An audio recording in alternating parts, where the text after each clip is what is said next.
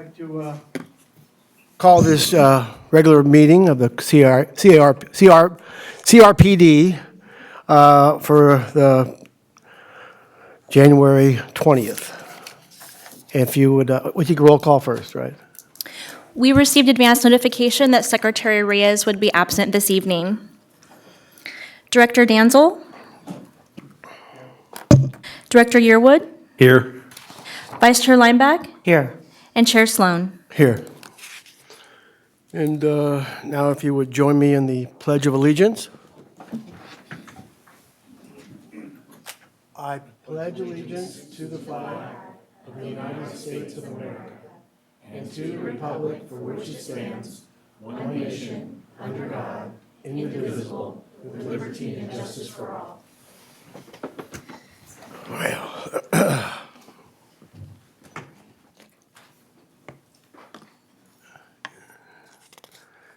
and now, do I approve the agenda now? We have board disclosures. Board disclosures. Are there any board disclosures? None at this time. To report? No. No, nothing? And did you all have a chance to look over the agenda? Any changes to the agenda? I think there Yes, are. Chair Sloan, I have two changes to the agenda. The first is a correction to item G1, just that pages 59 and 60 were printed twice. And then I would like to amend item D1, and we are going to replace the introduction of the golf course supervisor with the introduction to the teen advisory board, and that's a part of item G1E. Okay. Well noted. With that note, do I have a motion to approve the agenda? I move we approve the agenda as revised. I have a motion by Director Leinbach. A second? I'll second. Second by Director Yearwood. All in favor? Oh, it's roll call? No, all in favor? Aye. Agenda's approved. Right. Public comment? Yes, thank you. Thank you, Chair Sloan. Item B is public comment. Members of the public may address the board on district topics not listed on this agenda. Speakers are limited to 3 minutes. It is a violation of state law for the board to discuss or take action on non-agenda items. Board members may only briefly ask clarifying questions or refer the matter to staff. And we have some speaker cards? Yes, Chair Sloan, I have one speaker card. I would like to call Mr. Walt Myers to the podium, please. Welcome back, Walt.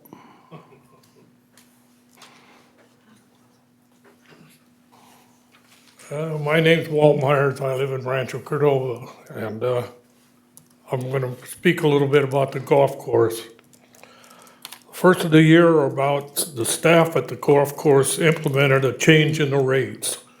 They installed twilight rates as of 7 a.m. and super twilight rates as of noon. They lowered the rates from $19 to $15 for regular golfers, but did not lower the rates for the senior golfers. This doesn't seem right. Senior golfers make up the vast majority of the early golfers. I think that a lower rate of $12 from the existing $14 for senior card holders would be more just. Previously, the board agreed that before price changes were made at the course, some input would be requested from the golfers. I don't think this happened. I know it didn't happen. We were caught off guard when I approached Matt. He knew only of the possible change, but not the specifics. The rates were made by the staff. If this increased the play, good. I also think it's time for the district to think of Cordova Golf as an executive or senior golf course. Staff has adjusted some of the hole distances to more fit seniors and beginners. It's a time to think of ARP and make the senior rate at 50 or 55 and advertise it as such. When I started to play regularly at Cordova, I was about 55. We had to wait in the mornings as there were always 3 or 4 foursomes ready to go. Many of these people are gone now, but I know at least 4 people who play 3 times a week, and at times we were the only group on the course for an hour. advertise the course as welcoming this age group as they are about ready to retire. Maybe the men's and women's groups would grow back to their old stature. If I can add one thing, the groundskeepers did a heck of a job on that course during the drought. Thank you. Thank you, Walt. Anybody else like to speak? No? Then we'll move on to the consent calendar. And if we had time to look at the calendar, do we have anybody who would like to pull any items? I'll be happy to recite the consent calendar for the purposes of the board. Consent items are considered routine and intended to be acted upon in one motion without discussion. During this portion of the meeting, the consent calendar will be read aloud. Prior to approval, the chairperson will give the board, staff, and public the opportunity to pull any item for discussion. The remaining calendar will be acted upon. Any pulled item will then be heard, acted upon individually. This evening, we have only 2 items on consent. First one is C1, a resolution, and that's adopt resolution 15/16-36 and ratify payroll for December 2015 totaling $288,574.80. Item C2 is to approve the release of request for proposals, an RFP, for waste management and recycling services within the district. And those are your 2 consent items this evening. Okay. Would anybody like to pull any of the items, the audience or directors? No? Can I get a motion for the consent calendar?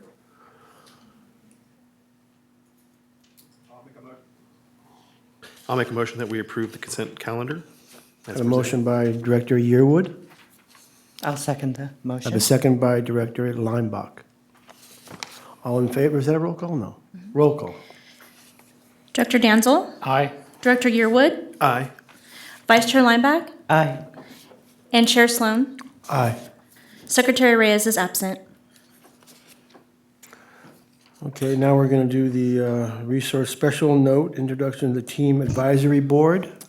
Thank you, Chair Sloan. Once again, D1 is to introduce the Teen Advisory Board, and with that, I will turn it over to Diane Robinson.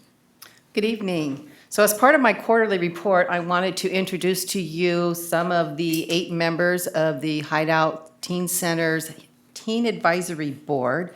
They're going to come on up, guys, and introduce themselves and let you know why it is they decided to join the Teen Advisory Board. And the coordinator in charge of this, Rashad Williams, will be there if there's questions that the kids can't answer.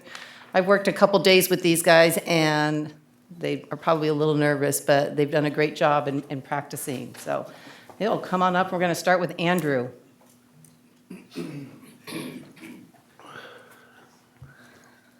Hello, my name is Andrew Garnett. I am part of the Teen Advisory Board, and I'm in Mills Middle School, 6th grade. And the reason why I joined the Teen Advisory Board is because I want to help the community get active with teens and have fun.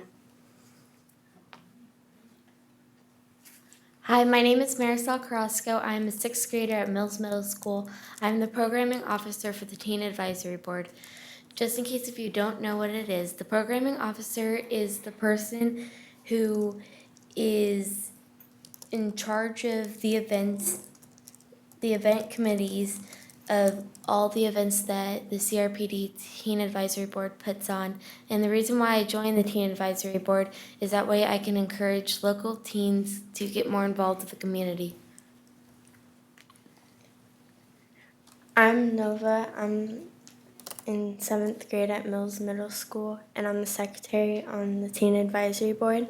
And I joined because I thought it would be interesting and fun, and it has turned out to be, and it has helped me have a more positive attitude, and it has helped me with my public speaking and my grades. Hi, I'm Melina. Hi, I am a freshman at George Washington High School. I am president of the Teen Advisory Board of CRPD. I wanted to join this to show that I could be a better role model and friend towards younger and upgrowing young adults in our Community. community. Thank you. Hi, My name is Maya Peters, and I attend Albert Einstein Middle School. I'm an 8th grader, and I'm 13 years old. I'm the vice president of the Teen Advisory Board, and the main reason why I joined the Teen Advisory Board wasn't only to assist our community, but to assist myself as well. And I have. Through the board, I have made many friends, and I have gained confidence and wisdom and lessons that will stay with me for the rest of my life. And my only hope is that we continue to succeed with our events and our progress and our upcoming events, as I said, the Flashback Boogie, which is going to be held in February, and the Bunny Bolt, which is a part of our Hoppin' and Huntin' event held around Easter, and then our Six Flags excursion with a bunch of teens to have fun. Thank you. So this is only about 5 of our current members. We currently have 8. 3 couldn't make it, and this is a big progress for us and me as well, because last year I started with just 1 kid. And just to be able to see what these teens are able to do, and for them to see what my vision is, and then for them to take that and take those to the teens, and then be able to give that to the community that they serve is quite an accomplishment. So I want to bring them here so that way you guys can see that it's not only just us as staff doing what we're supposed to do, but the teens also care in their community and what they want to do. So, and then before I sit down, I want to thank Danielle, because she came out when we first started to kind of get them going as to what a board does and all that good stuff. She came in, and so they've been sitting here listening and watching. They're like, oh, they did a motion. Danielle told us that. So it's quite interesting just to see the amount of skill that they've learned just within the few months that I've been with them. So. Well, I want to thank you guys for coming out here. I know the Hideout is a great program, and it also gives everybody a chance to do something after school and get involved. And now I'm seeing it does even more. It also is fostering future leaders. I could see possibly future leaders in government within our district and city, people who care, who want to do something and make this district better. And I really appreciate your efforts here. Even tonight, I'm a little nervous too, because it's been a while since I was chair, and here I am in front of everybody, and you have to think about what you're going to say. And here you guys get up there with a microphone. It can be intimidating, and you guys did a great job. I mean, you didn't even look at notes. You guys did a fantastic job. You want to say anything? Well, I would like to echo that I'm extremely impressed. I love the confidence that you guys are showing, and I think I also love the fact that you want to serve your community, that you're participating not just for yourself, but for other people. And I really want to congratulate you. You've done very well. We appreciate the work you do.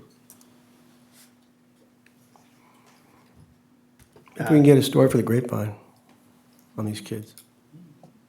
I'll echo, everything they said. It's very impressive to see young students coming out and getting involved at an early age. I know I still don't like public speaking, even though I have to do it. So I'm nervous right now. So congratulations, you did a great job. The 3 that weren't here, do you mind sharing what their names are, what school they go to, that kind of thing? Yeah, sure. The 3 are here. First name's Emmanuel. He actually just joined about a couple weeks ago. He's in 6th grade. We're missing our treasurer. Her name is Adasia Watkins. She's been with us since the beginning. She's in 6th grade as well. And then we are missing Tyler Pareda. He's our public relations officer who goes to Mitchell Middle School. He's in 7th grade. And where did the other 2 go, the first 2 you mentioned? They're both with the Mills. Oh, okay. They both go to All Mills. right. Thank you. Nobody from Mitchell? One. Was there one from Mitchell? Yeah, there's one from Mitchell. So we actually have we cover all of the middle schools, George Washington Carver, the high school, and Einstein Middle. Great. Yeah. Thank you very much for coming.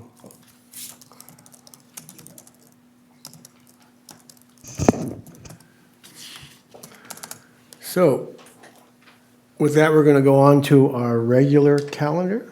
Yes, thank you, Chair Sloan. Regular calendar has 5 items this evening. First one is a resolution. So Resolution E1 is to adopt Resolution 15/16-37, approving the district encroachment permit procedure and fee. Just a quick background on this. In compliance with the 2015 Board of Directors goals of continued policy and procedure review and update, Park Planning and Development Department proposes a new encroachment permit procedure to protect the district from property damage, potential liability, and provide staff with improved management tools. In recent past, several district properties have been assessed by various groups and organizations without proper notification, potentially exposing the district to harm. While the district encourages the use and access of all of its real property to the residents for recreational purposes, it must provide clear guidelines and procedures to any agency, individual, organization, or group wishing to access district property for any purpose outside of regular recreational uses. This procedure establishes and provides due process for the review, access, and protection of the assets under the care and responsibility of district staff. Also, to just quickly overview, there is a fee that's attached to this. It can be waived by the board if necessary. We do see these types of fees in permitting and various other projects that we do coming from other agencies as well. So this is a very like-kind type of process that we would have in order to really protect a lot of our property that's outside of the easements that we already have with many of these organizations that we're permitting for. So with that, either myself, if possible, but more than likely, Laura Taylor will be happy to answer any additional questions. Questions from the board? No? I just was a little curious about examples of the type of entities that might need to seek this permit. Yeah, I'd be happy to.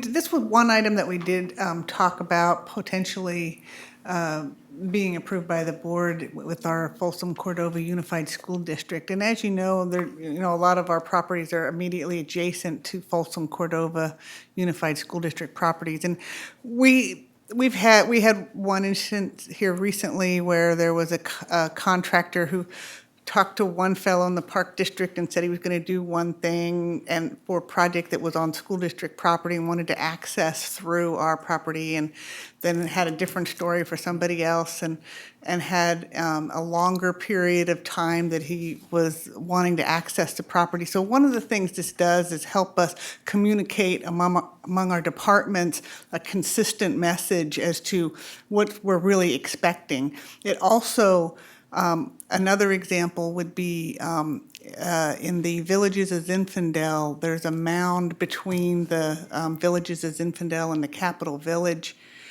Phase 3 and 4.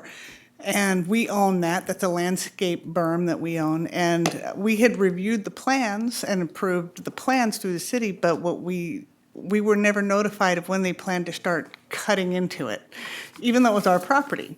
So now one of our standard review comments will be, secure an encroachment permit from the district so that we can be sure that we know when they're going to do it and then make arrangements with our irrigation systems, et cetera. So those are two examples. I have others, but.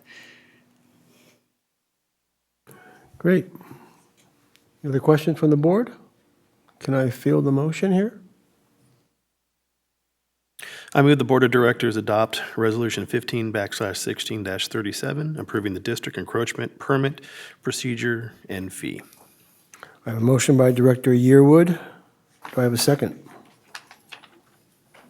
Second. I have a second by Director Danzel. Roll call vote?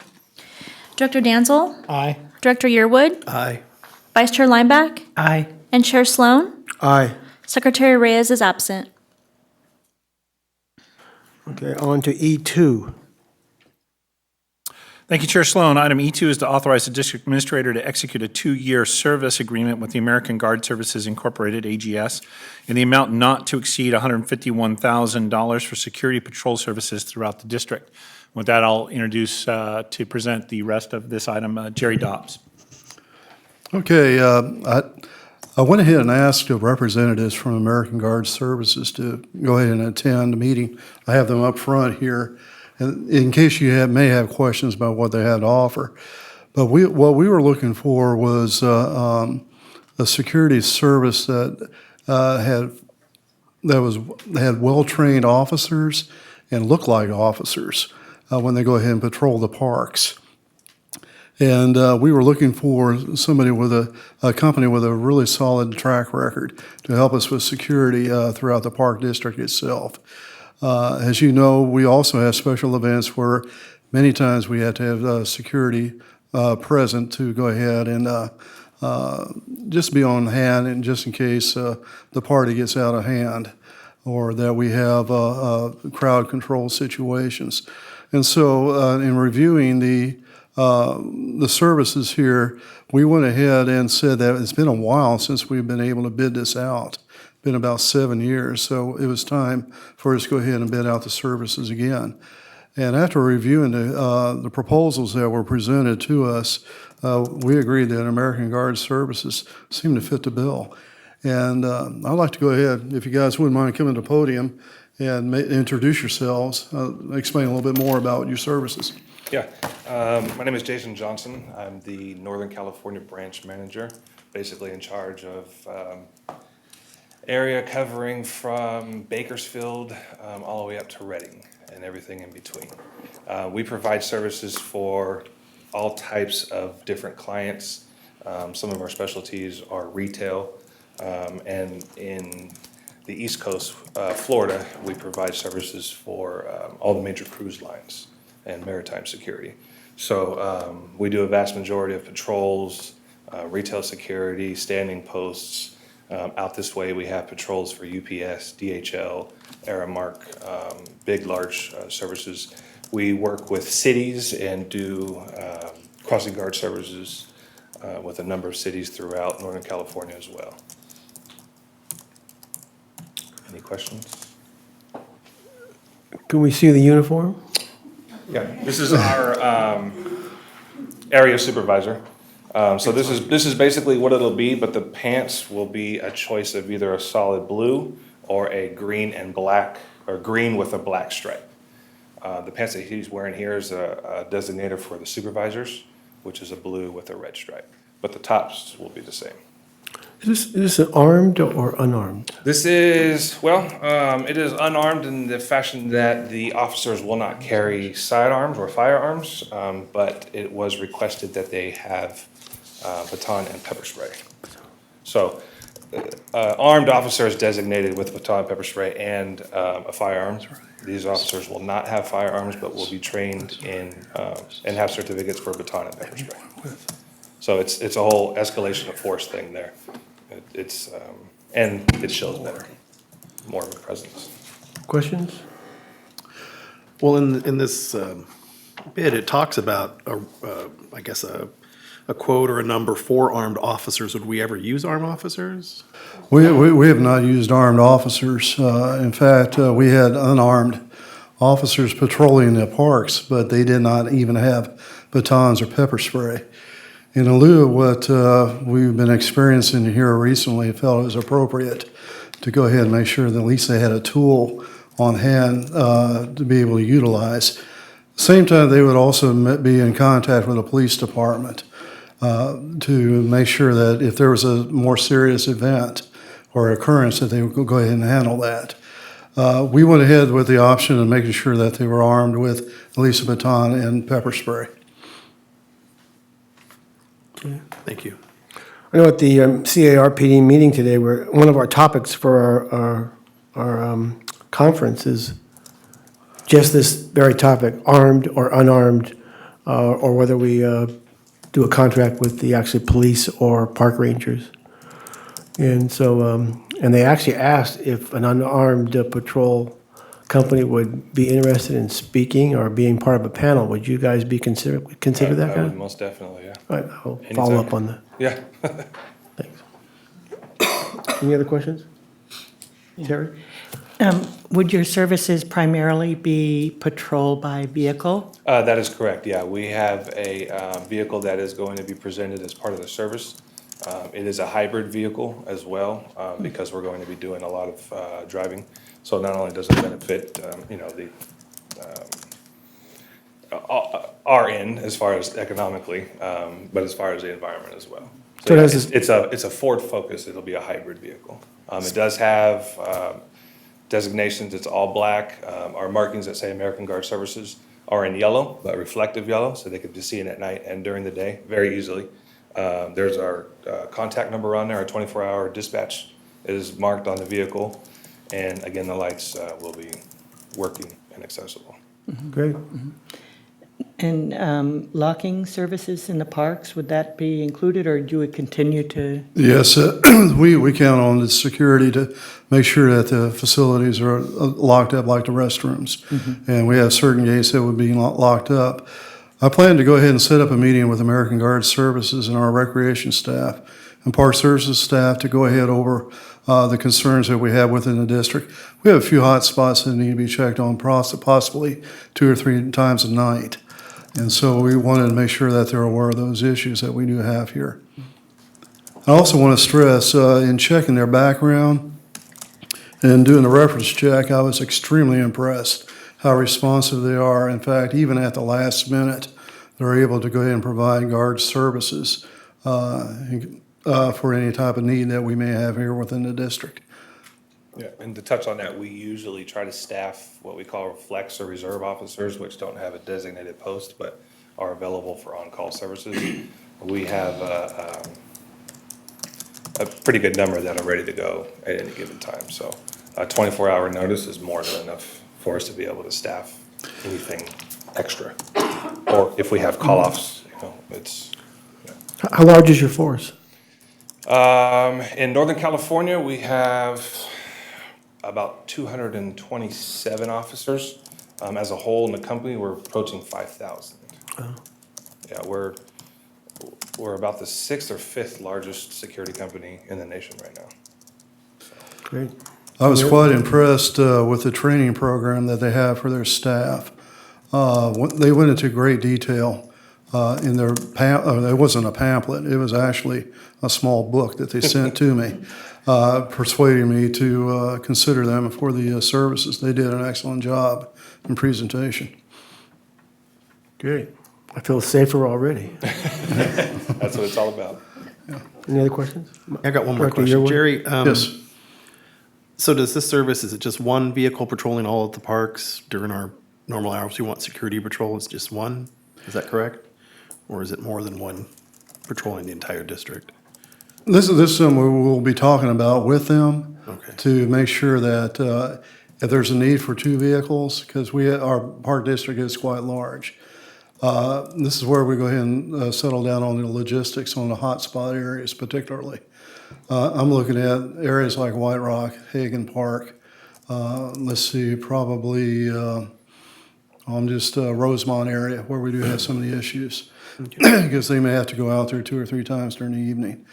The other thing is that they are very responsive in terms that if I get a call at home, that I can call upon them and they would go ahead and respond to an emergency situation. Okay. Yeah, so if we had a situation going on at White Rock, which would prevent them from checking everyone else, they'd be able to get somebody, Yes. pull somebody quickly to get out to get to the other parks.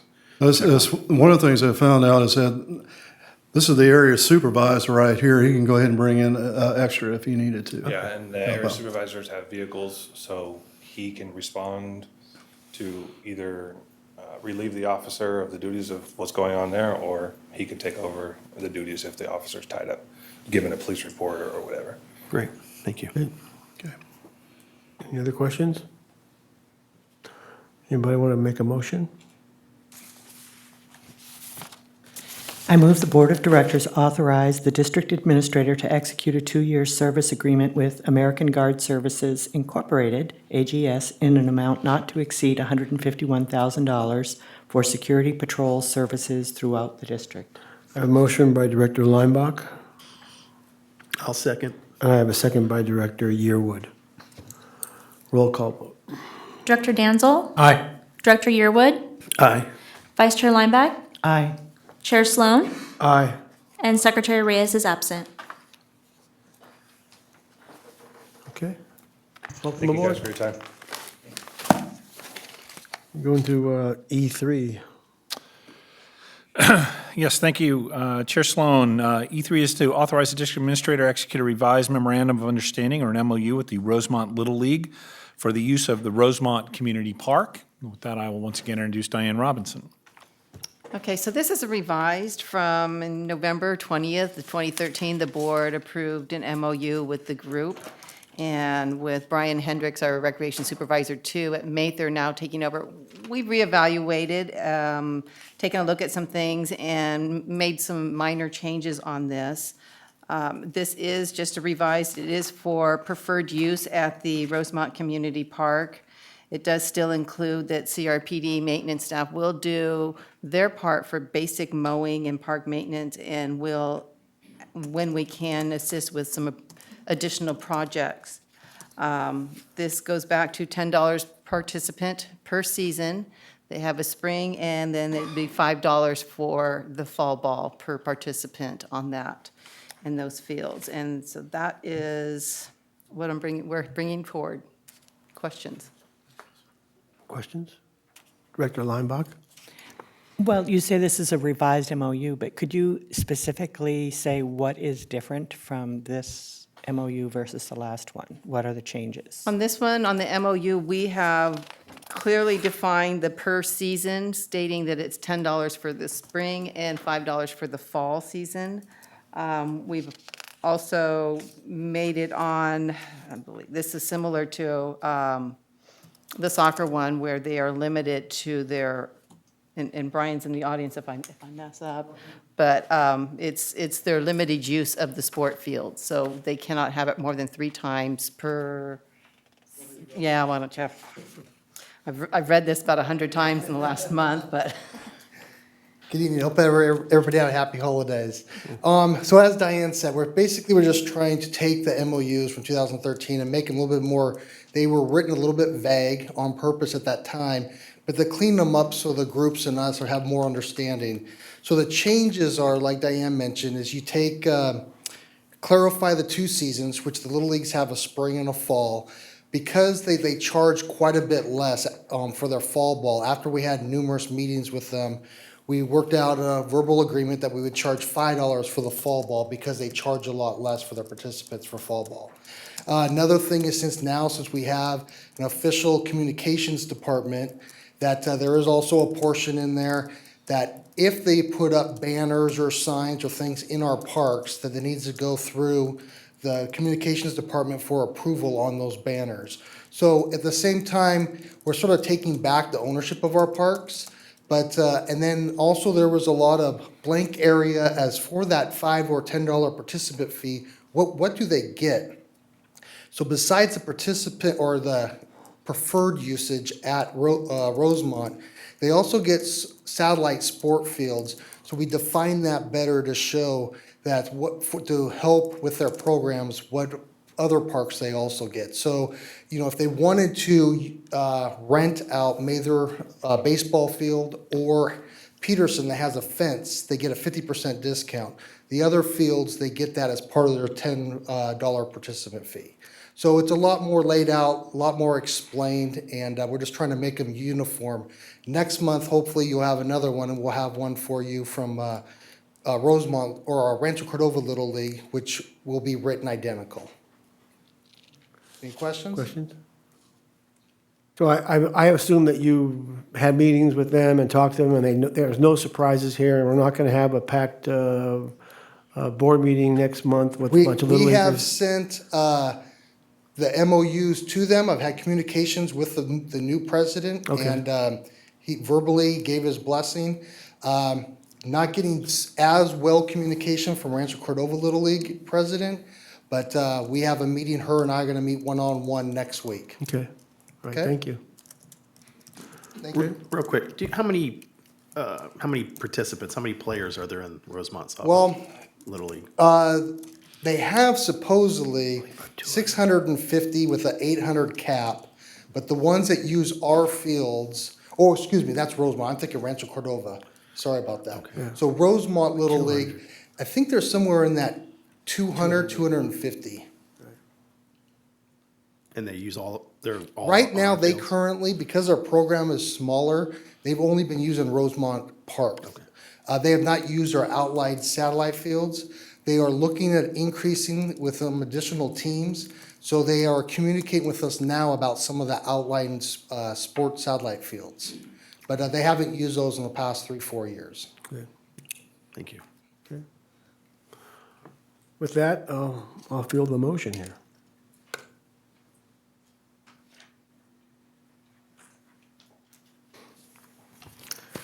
I move the Board of Directors authorize the district administrator to execute a revised memorandum of understanding with the Rosemont Little League for the use of Rosemont Community Park. I have a motion by Director Danzel I'll second the motion. and a second by Director Linebach. Roll call vote. Director Danzel? Aye. Director Yearwood? Aye. Vice Chair Lineback? Aye. Chair Sloan? Aye. And Secretary Reyes is absent. And on to E4. Yes, thank you, Chair Sloan. Item E4 is to adopt an amendment to Personnel Policy V6, Benefits, Section B, Administrative Leave Policy for Exempt Employees, Section 4. Board may remember in our last meeting, I told you we'd be bringing this back as a cleanup on the shift in payroll, and to explain that a little bit better, I'll introduce Andrea White. Thank you. So for those of you who weren't here when this policy was amended, I'll do a quick historical recap of when this policy was changed and why this is in here. Several years ago, there were no one in the district other than the administrator who were considered exempt employees. And those are employees who are exempt from FLSA, which means that they are exempt from overtime rules, meal periods, and so forth. When that was enacted, or when I came on board in 2006, that meant that all employees, including managers and supervisors, received overtime, which was turned into comp time, CTO. Several of us had hundreds and hundreds of hours, and to remedy that, we put in place the exempt employee rules that are legal and mandated by the federal government. And instead of receiving overtime, these employees would receive 80 hours per year, per calendar year of administrative leave. Also in that policy, we included that 40 hours of that 80 can be cashed out per year. And this policy should have been changed when we amended our pay period, our amended pay period dates. So instead of being bi-monthly, we are now semi-weekly paid employees. So the intent of this policy was that the cash out or the payout would be at the second paycheck or the second pay period in January. And we're just making that amendment because it was not done so when we changed our pay periods. So there's no real significant change other than the fact that we want to make sure that it's not paid too soon so we can reconcile and make sure that people are getting the amount that they're owed. Gives payroll time to make those adjustments and clarify who gets what, and not have that extend further into the year. If you have any further questions, let me know. Any further questions? No? Who wants to make a motion? I move the Board of Directors adopt the proposed amendment to Personnel Policy V-6, Benefits Section B, Administrative Leave for Exempt Employees, Section 4. I have a motion by Director Yearwood I'll second that.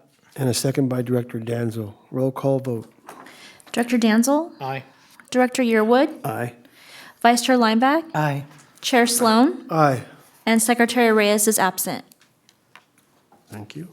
E5. Thank you. E5 is to authorize the district administrator to execute a lease agreement with HCO Communications for the property located at 9405 Jackson Road, APN number 036-0020-010. This is property that is owned by the district, which will be driving some revenue from. I'll have Matt Goodell fill you in on the rest of the particulars for this item. Yes, thank you. Good evening. This report is regarding property that we own adjacent to the golf course. In 2006, the district purchased this piece of property. I'm not quite sure what the intent was. It's still unused, and so we took a look at it. It's completely fenced in, has a chain link fence, And what we currently have on it is a C-van container and 2 garbage waste bins that Park Services in the Anatolia area and also golf maintenance use to put in shrubs and garbage. It's the only thing that we use it for. It's 1.7 acres. It's a fairly large lot. It's flat. It has a house not quite intact on it. It has a concrete pad and another barn structure that is not quite fully intact. And so what we decided to research is the possibility of renting it out, leasing out to someone that could use it. Along Jackson, we found road signs for a company, a leasing company, Cornish and Carey, and so we contacted them and did a site visit with it, and he believed that this place could be rented out to a potential client. He found a client, HCO Communications, and they want to use the property to put their equipment, their trucks, trenchers. They trench for cabling purposes, and some materials, and they want to use the whole entire lot. And we came up with a reasonable, agreed upon amount of about $1,500 a month, so this will bring in about $18,000 annually. There's almost zero cost to us. I inquired about that. I said, okay, we have these structures on there. They don't care about it. Our fence doesn't work electronically anymore. They don't care about that. They're willing to take on the utility costs there. There are a couple holes in the fences. They don't want us to fix it. They're willing to fix it. There's weeds and shrubs. They don't mind. They said they'll handle that as well. So zero maintenance on our end. They want the property as is. And so I look at this as a revenue generating property and recommend that we move forward on this. Any questions? Chair Sloan, I have a question. Mr. Goodell, so what happens to our bins that are out there that Park Services uses now? Do we still have access to those, or are we going to have to find someplace else? Yeah, I contacted with Sean, who contacted HCO, that I said we still can either share it with them or if we can still have a piece of the property for that particular use. And they agreed that we can have the rear section, which actually has an open fence that we can apply a gate and trap those waste bins into that back area. So they won't take the full 1.7, but more like 1.5, 1.6, and we'll have the rear section. Okay. For that purpose. Wonderful, thank you. I'm sorry, I didn't hear what the business was. HCO Communications, so they're the ones that take trenching equipment and they dig big trenches to put cabling, Okay. telecommunications type wiring. Very good. Anybody else? I don't really have a question, I have a comment, which is, it's a great idea. It's almost like free money. It's almost like free money, right? Yeah. It's helping them, it's helping us, and it'll go towards our general fund. Yeah, so I actually just want to congratulate you for just the initiative. And if you have any other opportunities like that, Right. go for it. And I'd like to give a shout out and a thank you to John Biendo, our construction inspector. He worked with me in conjunction on getting this done, so. Okay. Any other questions? Hey, Matt, so that barn structure you mentioned, is there any liability to that thing collapsing or anything, or are we looking to demolish it, or? Yeah, and this is going to be the part where John, our construction inspector, is going to be a part of this, and we're going to talk about the 2 structures that are on that pad right now and see what we can do about that. Yeah, it's very unusable. What about the house? You said it was a The house can be worked with, and they actually are willing to use it for some kind of storage capability, that they still want the house. Okay. And there's electricity that just needs to be turned on, and they'll just put it in their name. Is it the house or was that the restaurant? No, the restaurant's a different property. That's behind. Behind it? The course. This is the frontage property immediately adjacent to the parking lot of the golf course. Okay. Anybody else? Motion? Make a motion. I move the Board of Directors authorize the district administrator execute a lease agreement with HCO Communications for the property located on 9405 Jackson Road, APN number 036-0020-010. I have a motion by Director Danzel, I'll second that motion. and I have a second by Director Linebach. Roll call vote. Director Danzel? Aye. Director Yearwood? Aye. Vice Chair Lineback? Aye. Chair Sloan? Aye. And Secretary Reyes is absent. Thank you. Okay, with that, we'll move on to F, which is public hearings, which we have none. We have no public hearings this evening. And now we're on to presentations. Thank you, Chair Sloan. This evening, we have our quarterly presentations by staff. Staff are directed to give at least a 5-minute presentation and no longer, under penalty of perjury of many bad things. And with that, we will start with Park Planning and Development. Oh, I'm sorry, Laura Taylor. Okay, thank you. And I always look forward to being able to show you some pictures of the projects, and I'm going to go really fast so that I can get through this for you. Let's see. Which one? Just right click. Right click. Next. Okay. Okay. All right, so the first thing is, tomorrow at 2 o'clock, we're opening the public bids for the Heron Landing Community Park. So we're very excited about that, and we look forward to bringing you a bid award recommendation at the February meeting. Since we're highlighting the things of the last quarter, I think I can speak for all the staff. We were excited about the Salmon Falls turf replacement and the opportunity to celebrate that success on December 3rd. Our Hillside Park out in the Somerset Ranch subdivision, it actually has had all the flat sod placed. Most of the sod on the hillsides, which is a no-mow fescue, has been installed. We've got most of the playground on the hillside installed. These are some custom slides that were brought in, and that hill was contoured exactly to the specifications of those pre-made slides. Here's some current pictures of the playgrounds and the play features on the hillside. We've got some structures up at the site. It's really coming along. We expect to open this site in March or April to the public, and that's after there's been a 90-day maintenance period by the turnkey developer. Cobblestone Park isn't moving along quite as fast because they kind of shut down in preparation for the storms that we've been having.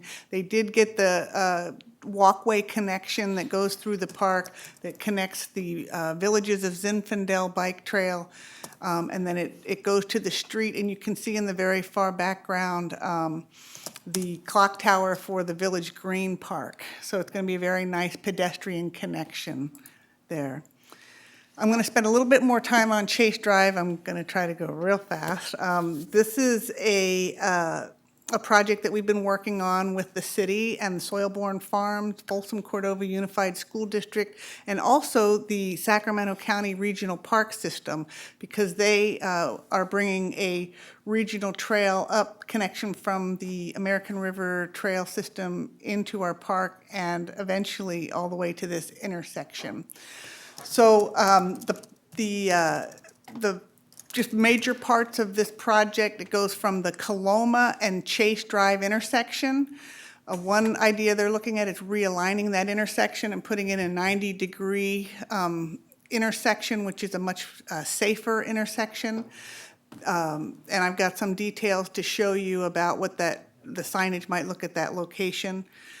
As you go down Chase Drive, I'm going to go to this cross-section here, which kind of describes what this cross-section would look like on Chase Drive. This side, the left side of your screen, shows the existing sidewalk at the school properties. Then there's a 10-foot wide two-way bicycle lane. They call it a cycle track, which is separated from the main roadway with a median. It still allows for two-way traffic and parking on the south side of the street, roughly south side, kind of skewed. And that's in front of the residences, so it doesn't impact the residential ability to have company and park in their street. So that's kind of the idea they're thinking about for the main part of Chase Drive. So I'm going to go to the next slide here. So this kind of shows a detail of the intersection and how they've really worked on improving the pedestrian safety at the intersection of Chase and Coloma.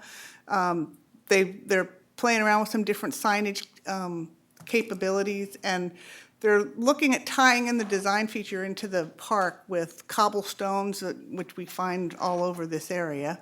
There's been some talk about an electronic reader board. There's some concern that that might be too much distraction right at that busy intersection. Another alternative you might see on that board over there, that diagram that's the large picture of what I'm showing you here, is an overhead reader board. That's another option they're considering. As we go further down towards our park entry, the parking lot that's shown here is the parking lot that is to our community center. And it's been, in this diagram, we've reconfigured it to 90-degree parking rather than diagonal parking. It increased the number of stalls. It did push out a little bit closer to the pond area, but it doesn't affect any trees in that location. The trees within the parking lot itself, however, would have to be replaced, which I think Jerry Dobbs would agree that that would be a good thing to do because of the age and the condition of those trees. It does not affect the trees between the parking lot and Chase Drive. You can see that this intersection here has been greatly improved, and what they've done here is they've slid the main entry into Soilborne Farms. They've created a new two-way road drive into there. It does not affect our use of the soccer field that we have in that property adjacent to there.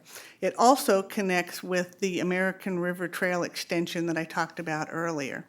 On the north side of the road, we would be adding a more rural decomposed granite trail that kind of meanders through the trees. It gives a real nice park-like setting. The signage that we're looking at as the entrance into the park and also signifying Soilborne Farms would be on each side of this intersection. The left side would have the Soilborne Farm sign. The right side would have the Hagan Park sign as well as directional signage to the community center. They've added some speed tables to help with traffic control. As we would slide the kiosk down to the far end, and we've allowed for some turnaround capability here with some parking stalls that also allow the attendant to be able to park there. We've had some discussion. Originally, it was proposed to build a new concession building there. We don't think that's a good idea. We think a food truck pad is a better idea. There would be some split rail fencing on both sides of the main entrance to control access during our main events.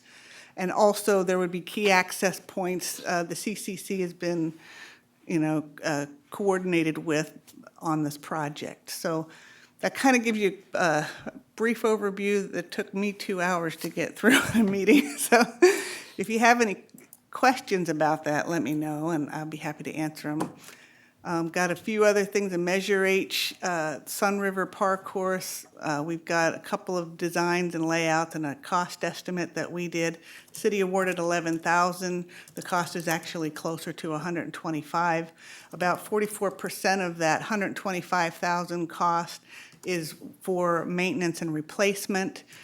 We've talked to the city staff about when there is a project adding an amenity to an area where we are underfunded for maintenance, that we need to consider at least one life cycle of maintenance and one replacement of those amenities.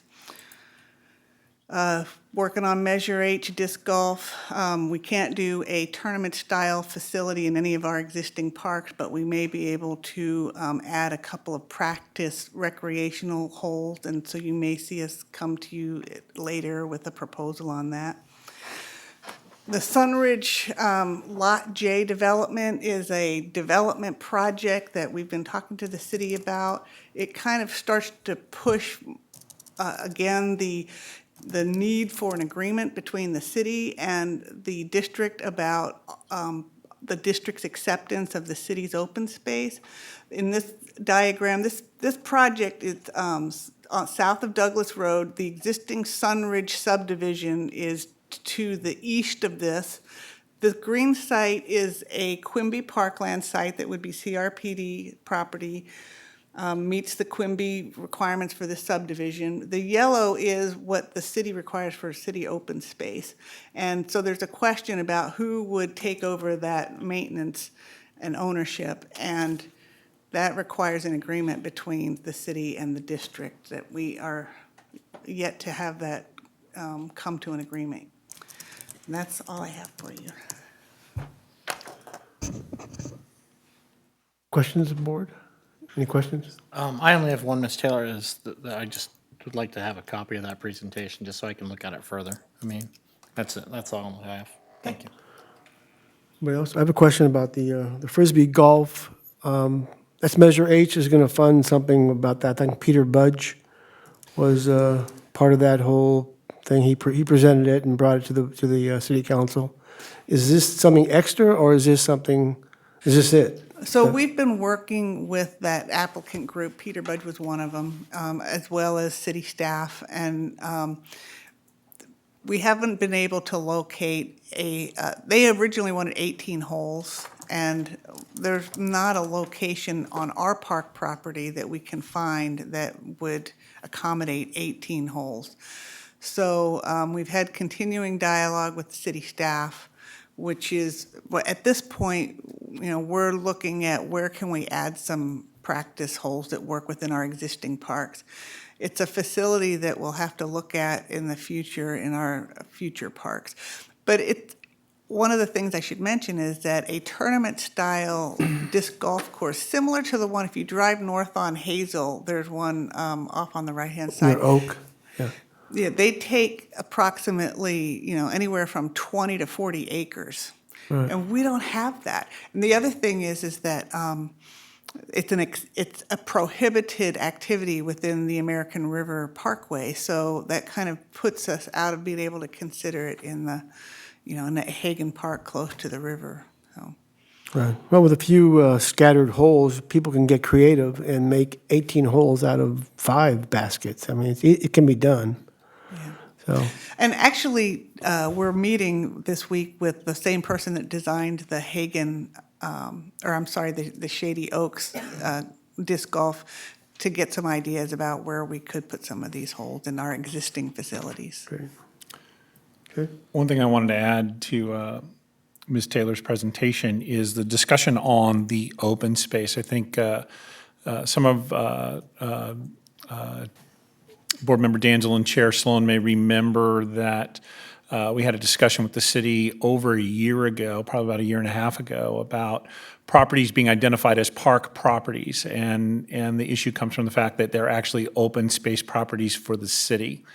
The city was lumping those all together, but the problem is they were lumping them together without any discussion with the district in regards to taking property that's technically not ours. We delivered in February of 2015, I do believe. Is that the month? Almost a year ago. We delivered a draft MOU to the city on. We're happy to accept those properties. They need to be accepted by agreement for each development, which means we need to decide if the city wants that space for something different or whether or not they want it to be part of our park property. The MOU gives them the opportunity to do that, and just calling out the funding and development mechanisms for park property. In other words, if they're going to assign that property to us to manage and maintain, we also need to plan and develop that property as well. And all of those funds can't be part of Quimby. All of those funds must be from another fund source as far as the permitting revenues are concerned. So easily the MOU is there to design to make sure that we tasked out exactly what those costs were, that we're not taking on a property liability without appropriate long-term funding or having it developed in a manner that wasn't in concert with how the district would develop property. We have received no comment back since February of 2015 on that MOU. So if you get questions coming from board or council members in regards to park development along those lines, we're pretty clear about making sure that they detail that out. We would love to certainly have that in place, but once again, we've had no response to that document. Okay. Was that 5 minutes? It'd be a miracle. More? Okay, let's go on to the next one. Park services? It was, I wish I could say it was a slow time period. It was interesting. It was the best of times and the worst of times. We're doing actually an experiment out in VOZ, or Villages of Zinfandel Streetscapes area, as well as Sunridge Park area.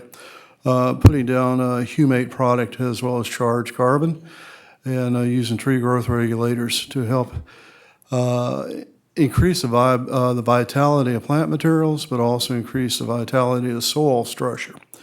I'm looking forward to this coming spring where we can be able to take some photographs of hopefully some brightly colored or healthy looking plant materials in those areas.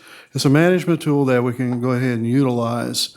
We were partnering with Proceda, and as well as a vendor with another PGMS member that helped us out with the training process of Proceda and our staff to be able to put down a humate product as well as a charged carbon and doing also tree growth regulator injections into the soil.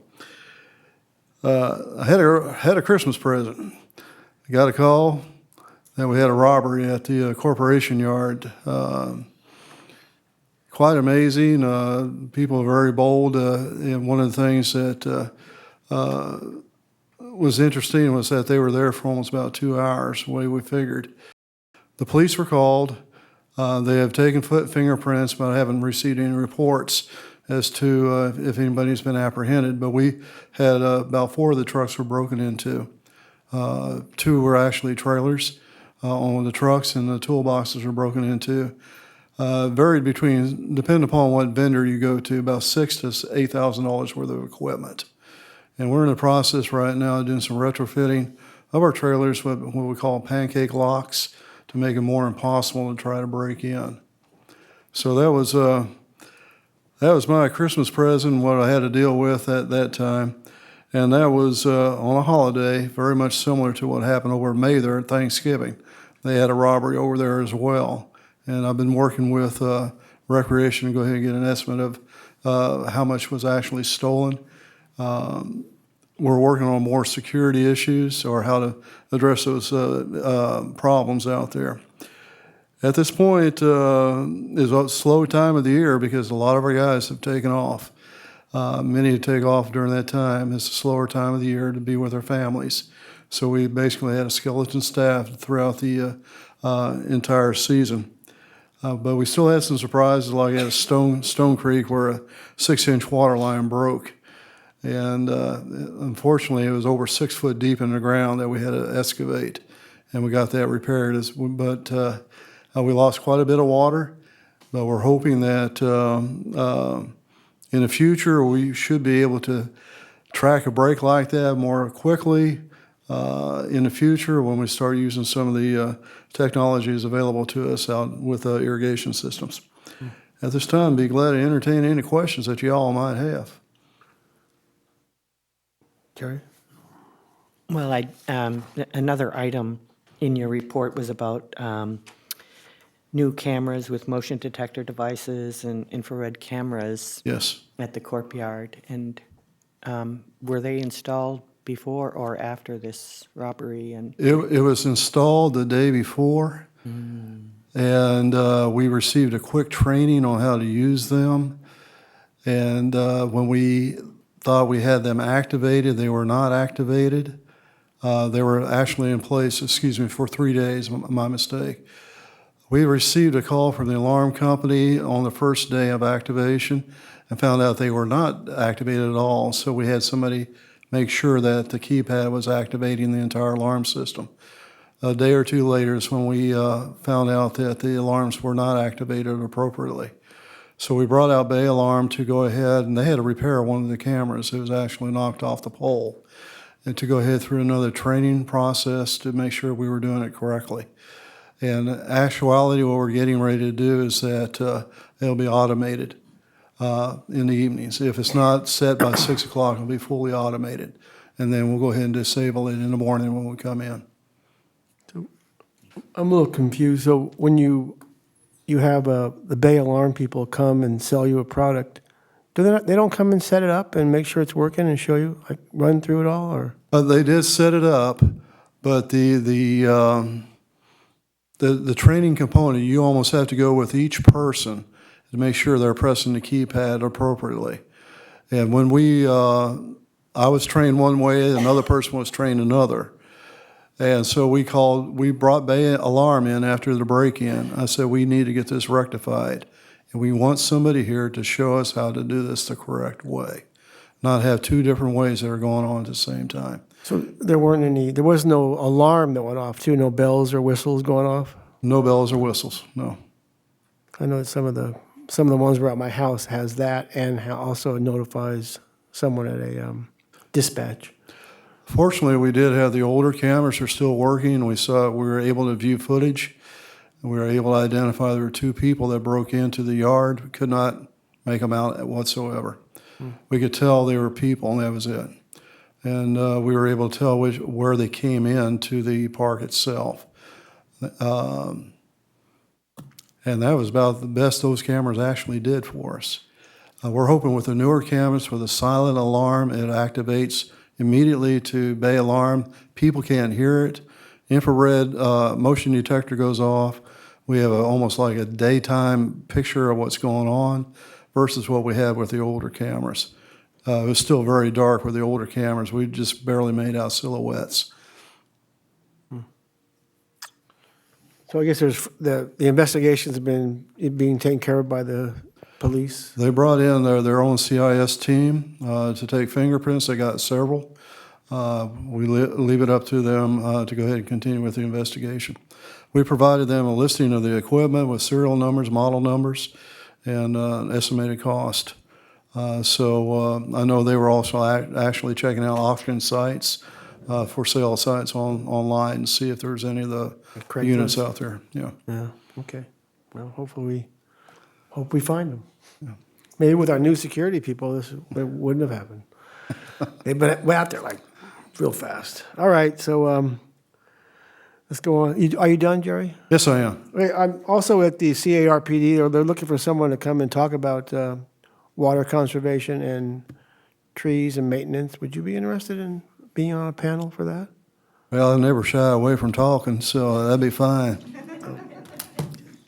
I'll mention that. All right, thank you. So we'll go on to communications. Good evening. A couple of things I would like to highlight. With social media, it continues to grow and expand, and we're always looking for new ways to delve deeper into our social media outlets. We did create a YouTube channel specifically for CRPD Board of Directors regular meetings. For outreach, we've had several meetings in the community. We continue to schedule meetings for Administrator Rodems to meet with community organizations. And one of the ones I wanted to highlight, which Laura Taylor spoke about, was the Salmon Falls ribbon cutting, which was a really great event, and feedback from staff that they really enjoyed it and especially enjoyed being recognized for their hard work. For projects, we continue with website development. Page design is still continuing, creating new pages for the website, and we are developing content. We hope to get that launched early this year. We were presenting mission and vision next week to the board at the informational meeting, and the rec guide is scheduled to go to print next week. We're in the final draft, and we'll hit homes the first week of February. If you have any questions. Questions? I have a question about the recreation guide. Is that going to include that page of local sports organizations and local groups and things like that? Yes, we do have a page that has community resources, which includes local sports organizations' contact information. Okay. Anything else? You have more time. Okay, thank you. Andrea, you're up. Human Resources. Thank you. Okay, so there has been one major change in my report that I'd like to update you on. It was great that we had our teen council come and do a presentation, but I do want to mention that the reason why the golf course supervisor was not in attendance is that he is no longer with us. Unfortunately, Mr. Dan Eden, for completely personal reasons, had to leave his position here at the district, and there was no hard feelings, and it was completely understood. Of course, I won't share that exactly, but he will be returning to Apple Mountain, and we wish him the very best. We did, although there were only 19 applicants for that position, there were some very qualified candidates. And we were considering the second place candidate, and that person is no longer available. So with that, we are going to reopen this position. I'd like to do a more aggressive recruitment campaign on this position. We will be sending out flyers to all of the local and regional courses, maybe as far as throughout the state. We will continue to advertise in the local and state and national golf course associations. They have a website, and we can advertise on there, governmentjobs.com, and wherever else we find necessary. At this time, our golf course mechanic, Jonathan Clevenger, he was standing in and assisting with the absence of Mr. Gary Williams, who retired, and he will continue to do that. And he's been an excellent resource for us. Jerry works closely with him, and we've also scheduled some of our park services staff to support the course. We do have another absence, and it's a very small staff. So you have one or two people missing it, and it impacts the course greatly. Luckily, it's been very cold and rainy, and it's the right weather to be short on staff, but we will be bringing that back out, and you'll see that show up on Facebook and show up out in the media. Other than that, we did just recently hire our office assistant. You will probably see her at some point. Her name is Yvette, and I will send out an announcement on that probably not before the end of this week. And Jerry did speak on the two incidents that occurred at the two parks. We are, in addition to that, I'd like to mention that we had our safety committee meeting, and that we are recommending a training coming up for violence in the workplace. When asking our staff, especially those that have exposure to quite a bit of public, like Mather Sports Center, there are some people that we are concerned about that are in our parks on occasion, and what do we do if there's a violent situation? And the staff doesn't really know. There's no specific guidelines. So we will be having a training and including that in our crisis communication plan. So we're expecting that, well, we're hoping that that will be scheduled in March of this year and can extend that invitation to board if they're interested in attending. And if you have any other questions, I'd be happy to answer. Questions? Okay. I guess it's time for Matt, Finance. Are we skipping recreation? Well, didn't we do that up there? We didn't move that up? Or is it? No. Oh, we didn't? Okay. I thought we were doing we moved that up to Senior Advisory Board thing. Recreation. Well, they really did take a lot of my time, so and I won't take up any more time, but I did want to, for the Polar Bear Plunge, I did want to thank Directors Danzel and Yearwood for coming out and supporting the event, and for a second year, Director Danzel was crazy enough to jump in that cold water, and he jumped out a little faster this year and did not go in a second time, but it was great to see the support from the board. The event was a little bit smaller than last year, but we're going to keep trying, and I think we've picked a good weekend after January 1, which is when most people do them. But unless you have questions for me, I've got a lot of my report. Okay, thank you. Questions? Matt? All right, Matt Goodell, Finance Manager. I agree with Jerry. I thought this last quarter would be slow, give us a time to take a break and exhale. Of course, that didn't happen. We had a lot of things go on, especially in our department here. I'd like to start with the exciting news. Received our audit draft for review just recently, and it confirmed what I was expecting, and that is for the first time in the last 5 years that we've had a positive general fund balance. And so I was very proud to see that. As you can see in my report, I provided a graph. I started this, I think I originally presented this to the board a couple of years ago, and I put together a 5-year plan that we were going to reach above water in the end of 5 years, and we were able to do it within 3 years. And so that's very exciting news. As you can see to the right on my second table, the changes that were taking place year after year, of course, it was trending the wrong way, whereas this past couple years, we're able to bring it up to where it needs to be. It did change quite a bit, over $2 million from the previous year, and that is somewhat inflated. We had a couple one-time things that we handled in-house, that developer fees and one-time sell revenue that we received, so I just wanted to notate that and be transparent about that. And so our actual operating change from last year was a positive $291,862. So if you want to compare apples to apples there. But it is exciting that we were able to finally have a positive general fund balance. And so we are definitely financially going in the right direction. The second thing that we've been working on is office space. Our lease is ending this June 30th, 2016, where we currently are. I can't believe it's already been 3 years. And we do have 1-year options up to another 7 additional years if we so choose.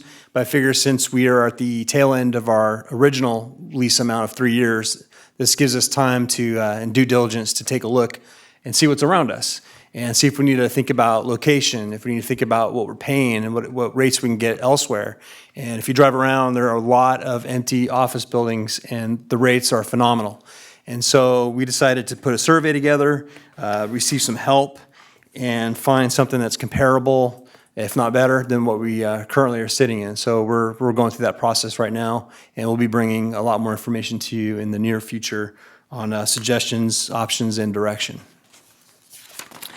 The final big thing that we've been working on, of course, is the Hagen Pool financing plan.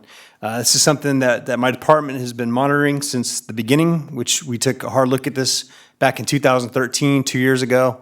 At the time, the project was relatively small. I say relatively small, it was just north of $1 million. At the time, we can look internally to see if we could take care of that and handle that, and we could. Of course, over the last 2 years, the project scope, the bid, everything about it has grown to north of $4 million, almost $5 million today. And so we've looked internally, we've looked for grants, we've also looked at the possibility of borrowing privately or publicly.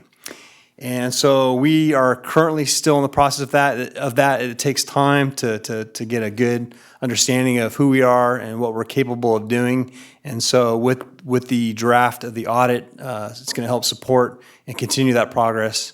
And hopefully we can provide information soon about that. And that's my report for this evening. Yeah, I have to ask a question. I'm just confused about your chart here. It talks about 2014 total, October to September. Is that September 2015?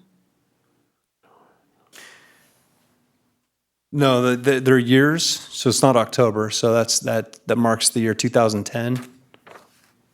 Is that where you're? On the last, this not. That's recreation revenue. Oh, yeah, that's a chart for under recreation for Mather Sports numbers. This is October to September, isn't that going backwards? Oh, December. Is it December? Should it be December? Yeah, I think it's a misprint for them. It's supposed to be for total of the last quarter for October through December of 2014, correct? I knew I wasn't going crazy. All right. Yeah, it looks like some of the headings they need to adjust. Great. Okay, thanks. Thanks, Matt. Any other questions for Matt? No? Thank you. You're welcome. And we'll go to committee reports, H1, ad hoc. Do I announce that? We're primarily going to discuss scheduling the next meeting, which we're looking at hopefully the first couple weeks of February.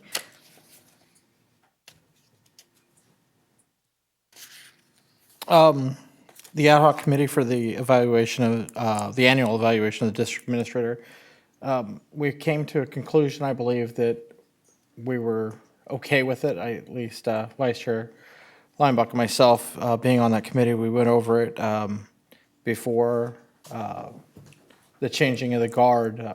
I believe that we agreed it was good to send out to the rest of the board for any final comments and concerns on it. And I don't think we received any back, or at least I didn't. It changed to your hands at that point. But I hadn't heard anything, and I think we have a good product to go ahead and evaluate the administrator on. So I'm fine with what we came up with. It definitely, for me, clears some things up. I know the administrator's gotten a chance to see that now and look at it. So, you know, I don't have any problems with it. It didn't seem like the board did. So if there's anything, administrator, that you. The only thing I would suggest, and under the good graces of the clerk, jump in here, is that you may want to go through that process and keep this ad hoc committee open in case there are issues prior to the conclusion that you may want to readjust as the ad hoc. The only thing I would say is that if you choose not to schedule a meeting, that's fine. But I would not probably suspend that ad hoc until you've completed the process once. I'm okay with that. Vice Chair Linebuck, but that's your call at this point. And Chair Sloan.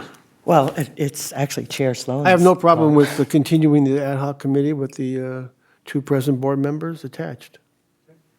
Great, thank you, Chair Sloan. Thank you.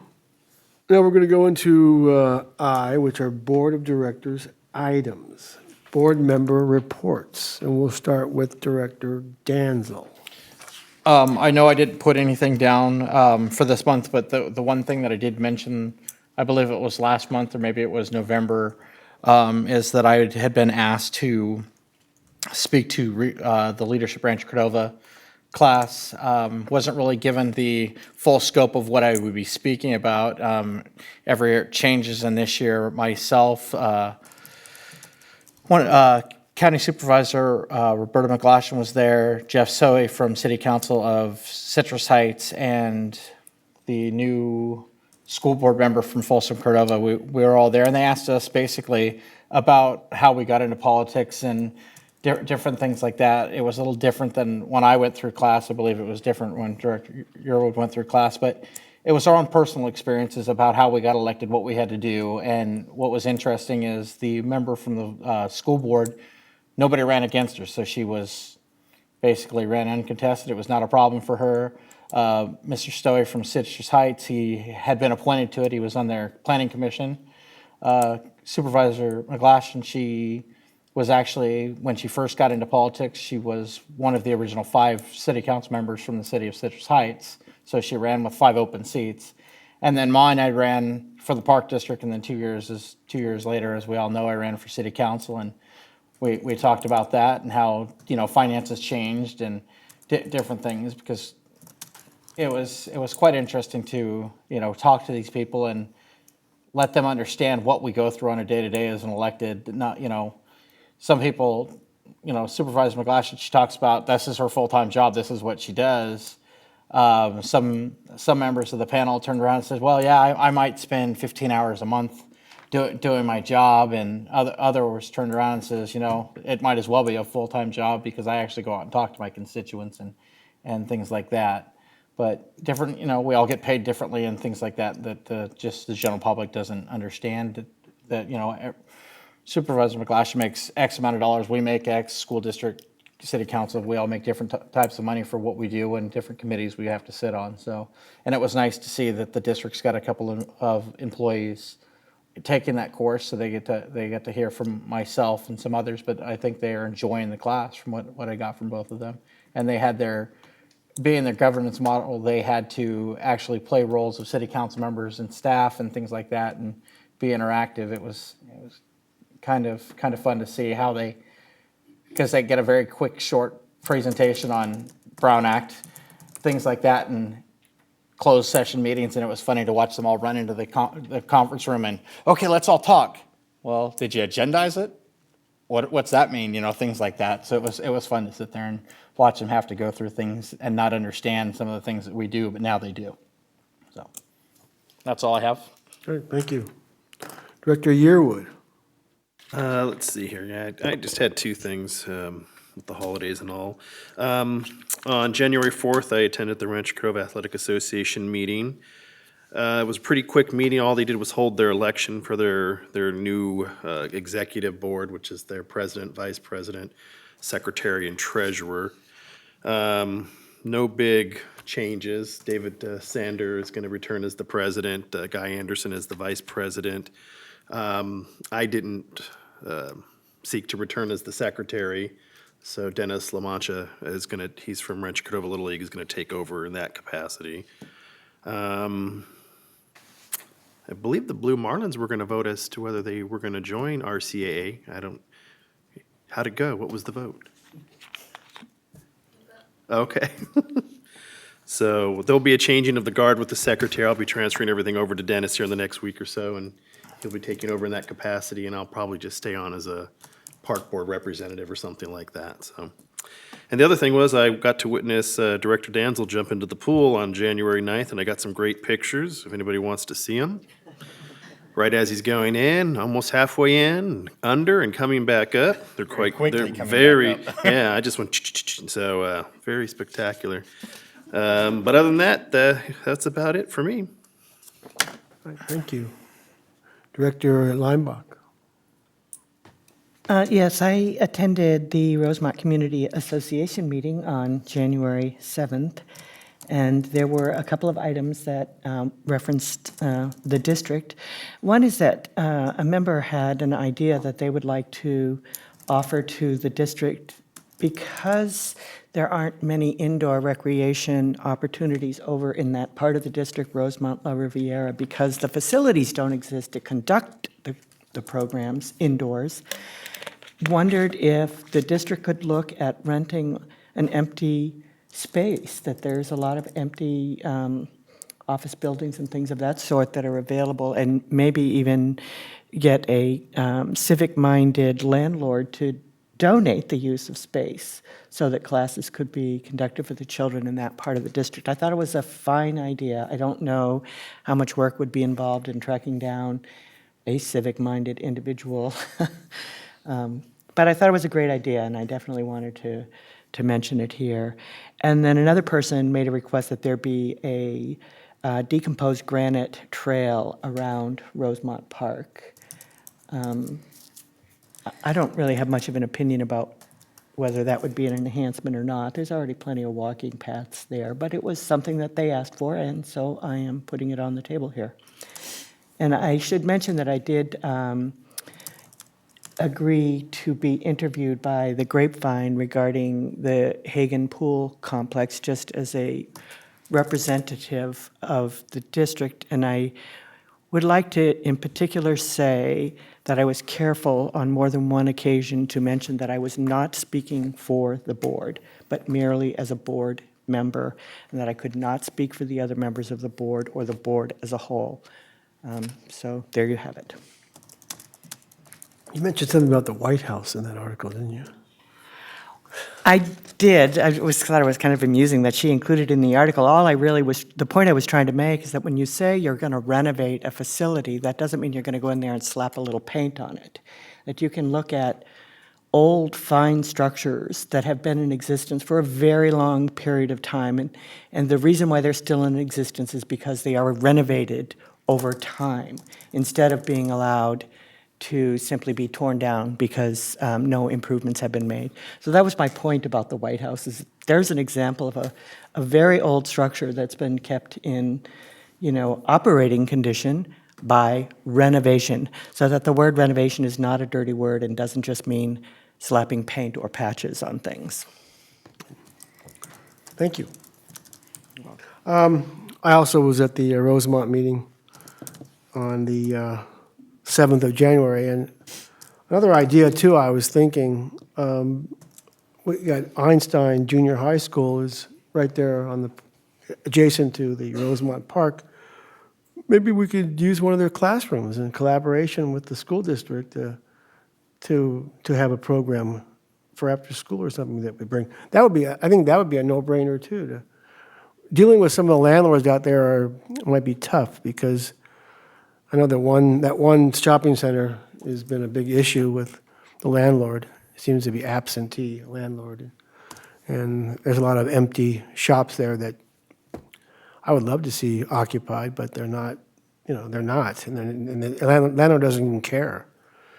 But I think it's something, I do think we should look at ways of bringing something out there, whether it's yoga in the park on 10 o'clock on Saturdays. Start it. I'll go out and I'll teach it. No, I don't know how to do yoga. Also, today we had our CARPD board meeting, and we have finalized the conference for the spring conference, May 19th through the 22nd. And once again, it's going to be the conference up in South Lake Tahoe, South Shore Tahoe. We can't get away from the price that they give us for the hotel, and it's like $10,000 less than anywhere else we can go. So it's hard to say no to it. That's where they also mentioned some of the speakers they'd like to get, and I mentioned Jerry's name to possibly speak, and our security, because they do want a security company that is not unarmed, because they already have someone on the panel who has armed security. We also talked about that SB 317, which is Senator De Leon's, the Safe Neighborhood Parks, Rivers, and Coastal Protection Bond Act of 2016. It seems that it's going under further review. It's going to be rewritten. And so it's been pulled, and it's not going to be coming out this year. Our hopes is that it would become per capita, that would be fair, and people think that right now it's favoring more of the Southern California districts. So that's one bond issue that we need to keep an eye on. Otherwise, it was kind of a short meeting today, but hopefully we'll see you all in May. Yes? Yeah, well, you'll be there for Capri. All right. And also, I guess last meeting I talked about Larchmont Riviera Park and the walkway issue. If we can get some type of report back, something I can tell them at the next meeting for Brecca, what our plans are for their Happy walkway. to. We're able to give information from the reserve study that shows the costs of that and then what our proposed fix would be. I think if you would like Jerry or myself or someone else to attend that meeting to sort of discuss the challenges of that. Once again, it's a pathway repair that currently is not listed in any of our abilities to upgrade infrastructure at this time. But it is on a list of potential infrastructure replacements once we can acquire appropriate funding. Okay. All right. Thank you. Where are we now? Now we're at We do believe we're at Training. I2. I2, Clerk of the Board, Board Officers, Appointments, Elections, Roll Call Vote. Thank you, Chair Sloan. I don't mean to cut and run when it's my turn to present, but can I ask for a brief recess? I didn't see the signal. Were you giving it? All right, let's take a 5 to 7 minute break.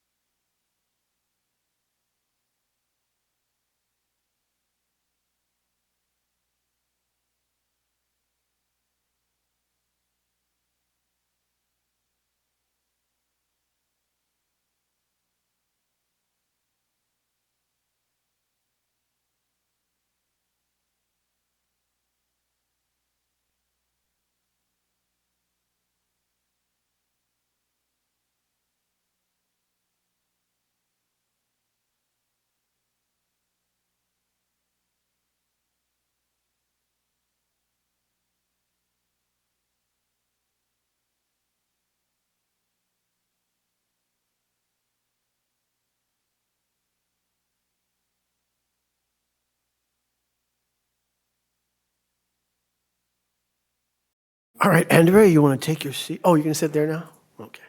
You like it over there? All right, we're back in business here. And we are at, Item I2. where are we? Clerk A? of the board. Clerk of the board. Thank you, Chair Sloan. Item I2A is to nominate a member of the Board of Directors to serve on the Sacramento LAFCO Special District Advisory Committee, Office A, for a 2-year unpaid term, and adopt Resolution 15/16-38 supporting nomination. This item was number H2C on the December 16th, 2015 agenda. So just as a refresher for the audience, the Special District Advisory Committee is made up of 17 special districts that advise LAFCO. They meet on the 5th Tuesday or as needed. There are 7 seats available for Office A, so just because the board nominates a director does not necessarily mean they will be selected. At the December 16th board meeting, it was suggested that this item be continued so that we can wait for the results of the LAFCO Special District Commissioner ballot vote, which has now been completed. And the recommended motion is there for your review. Thank you. Okay. Do we have any questions? You want, Terry? So we go back to what our first thought was and make a motion with Director Danzel in there? Yes? Right? I move the Board of Directors. We have a motion maker here. I move the Board of Directors nominate Director Danzel to serve on the Sacramento LAFCO Special District Advisory Committee, Office A, for a 2-year unpaid term ending December 31, 2017, and adopt Resolution 15/16-38 supporting the nomination. Okay, I have a motion by Director Lineback. Do I have a second? Let me guess. All right, I'll second it. I have a motion by Director Lineback and a second by Chair Sloan. Can we do that? All right. Yes. Director Danzel? Aye. Director Yearwood? Aye. Vice Chair Lineback? Aye. Chair Sloan? Aye. And Secretary Reyes is absent. Okay. Great. Now we're going to make appointments to the board committees for the 2016 term, and that's me, I believe, right? Yes, thank you, Chair Sloan. I'll just do a brief presentation on item I2B, which is to nominate and make appointments to board committees for the 2016 term. The district has 5 standing committees, and according to district policy, the chair makes the nomination and then the full board votes on those. On December 16th, 2015, the board adopted an amendment to our policy which reestablished the 2x2 with the city of Rancho Cordova, bringing the number of standing committees up to 5. All meetings of the standing committees conform to the Government Code 54950, which is the Ralph M. Brown Act.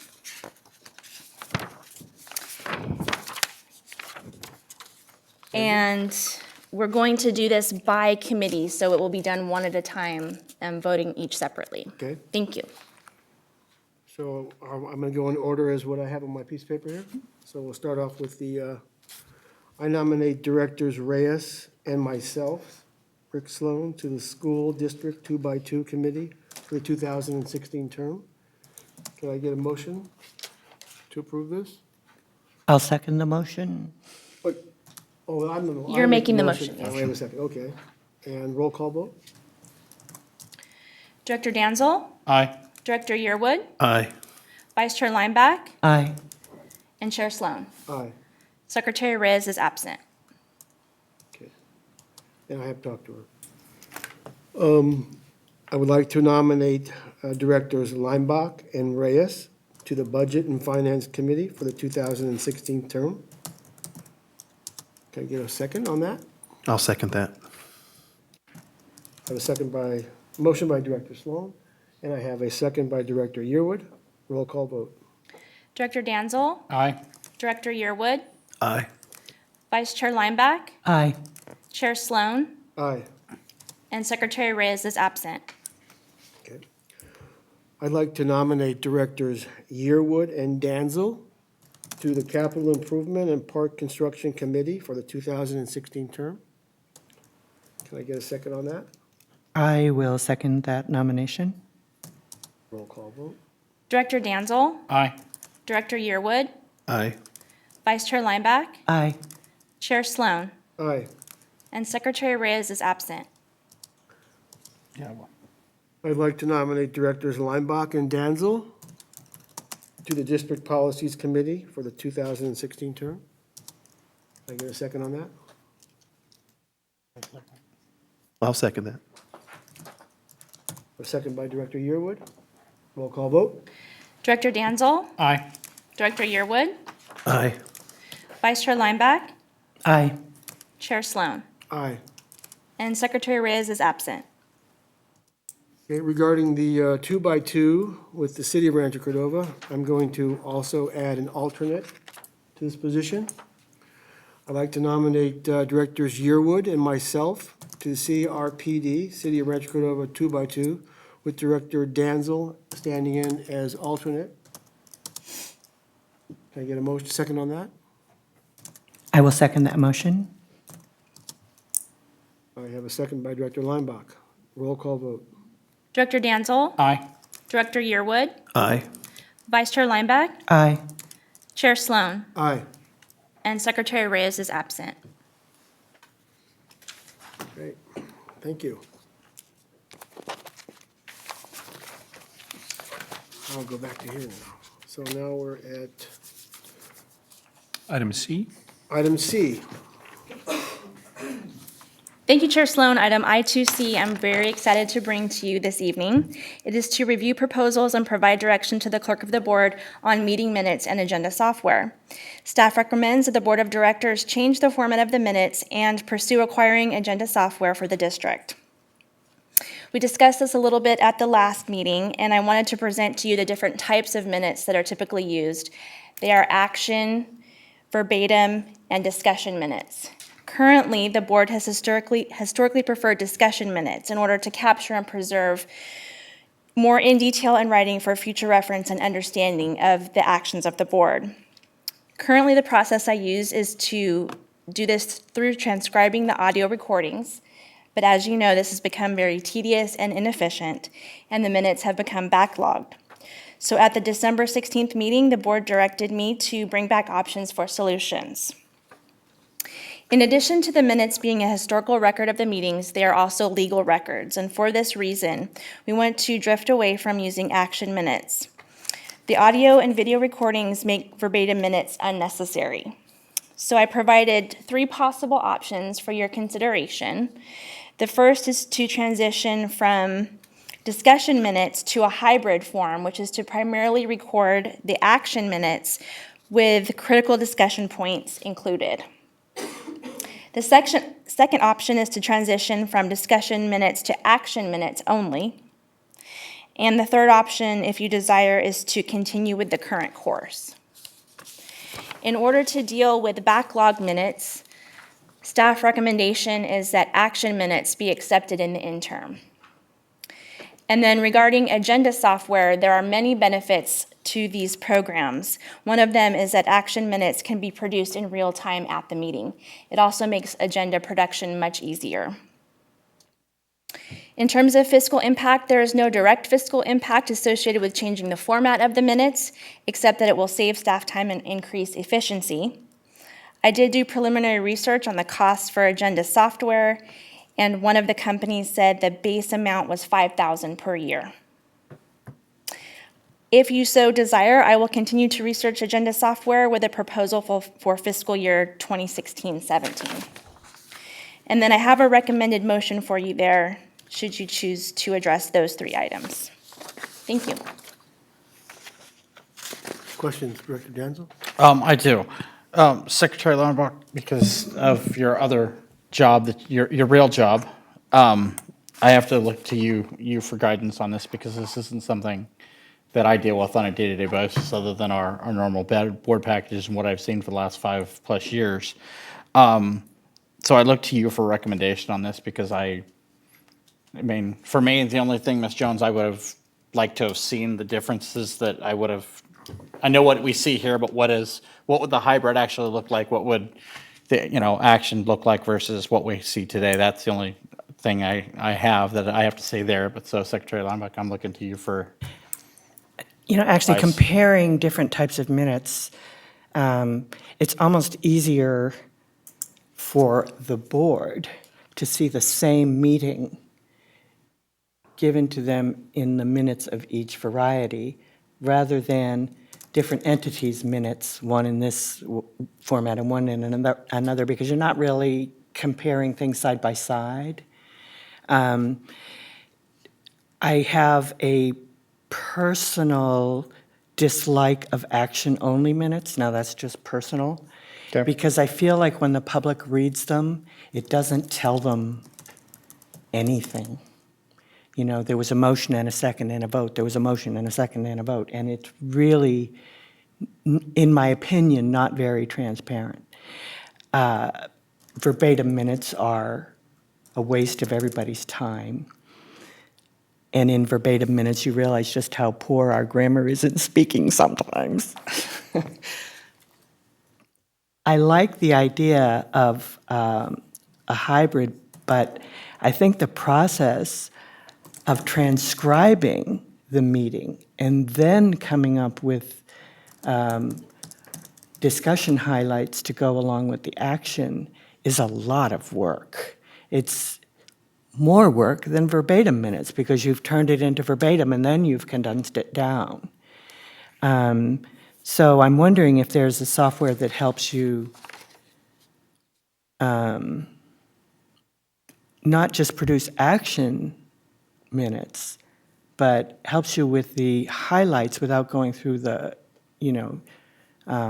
necessity of verbatim. I'll be honest, when I produce my own minutes, I sit in a board meeting just like you are, and I type away. And I try and catch who said what. If I really have a question, I'll go back to the tape, but I primarily rely on my notes. And then I do my minutes directly from the notes, not from a transcription of the actual meeting. Because I feel like I've hit the highlights during the meeting that have already written down the stuff that sounded important. And then if a director, which happens in our less disciplined meetings across the way, decides to be eloquent on a subject for 15 minutes straight, I might not necessarily write very much down during that time, just the subject. So you may be making yourself more work than you need to by transcribing the minutes first. It's just a comment I have. But I think having, a software that helps you produce the minutes is a great idea, but not if all it's going to give you is action minutes. I don't like action minutes personally. Those are my comments.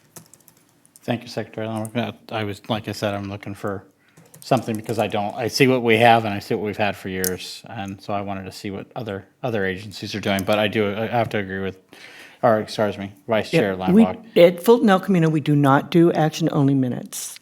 And I've read action-only minutes from other entities, and I can tell you, you can read the minutes without knowing what the heck happened in that meeting. And I don't think that's very transparent. I should have clarified that I do similar to you, as I actually go through my notes first to get the general discussion, but I do still listen to the tape, just in case. Danielle, you have these 1, 2, and 3. Is that in any type of order that you were particularly interested about? I mean, you're not happy with option 3. What we have right now is not working. So, and what I'm hearing from Director Lineback is that action only, so option 2 doesn't seem to be an option. Is that what you said? I thought you said you don't like action only. I personally do not like action. Well, we're looking at you for advice too, I think. So, are you thinking that option 1 you would be happy with? I tend to agree with the Vice Chair Lineback. That's my preference as well as a hybrid. I don't like action-only minutes. They would be much faster for me, obviously, but it doesn't capture anything for the reader. Personally, I'm willing to do whatever your direction, your lead is on this. I think you're the best, you're the person who's doing it. If I say paint me a mural, I'm not going to tell you what to paint and how to paint it and what colors to use. You do your job. So, do we have a motion here? I think I can set the part two. I'm a little confused on, Ms. Jones, what would be the best to catch up on the backlog? So if you could direct me on that one, how you feel that we need to catch up on the backlog? My idea was anything prior to September of 2015 to do action-only minutes. Okay. I mean, I can't ask for a vote, but can I get a consensus before I make a motion?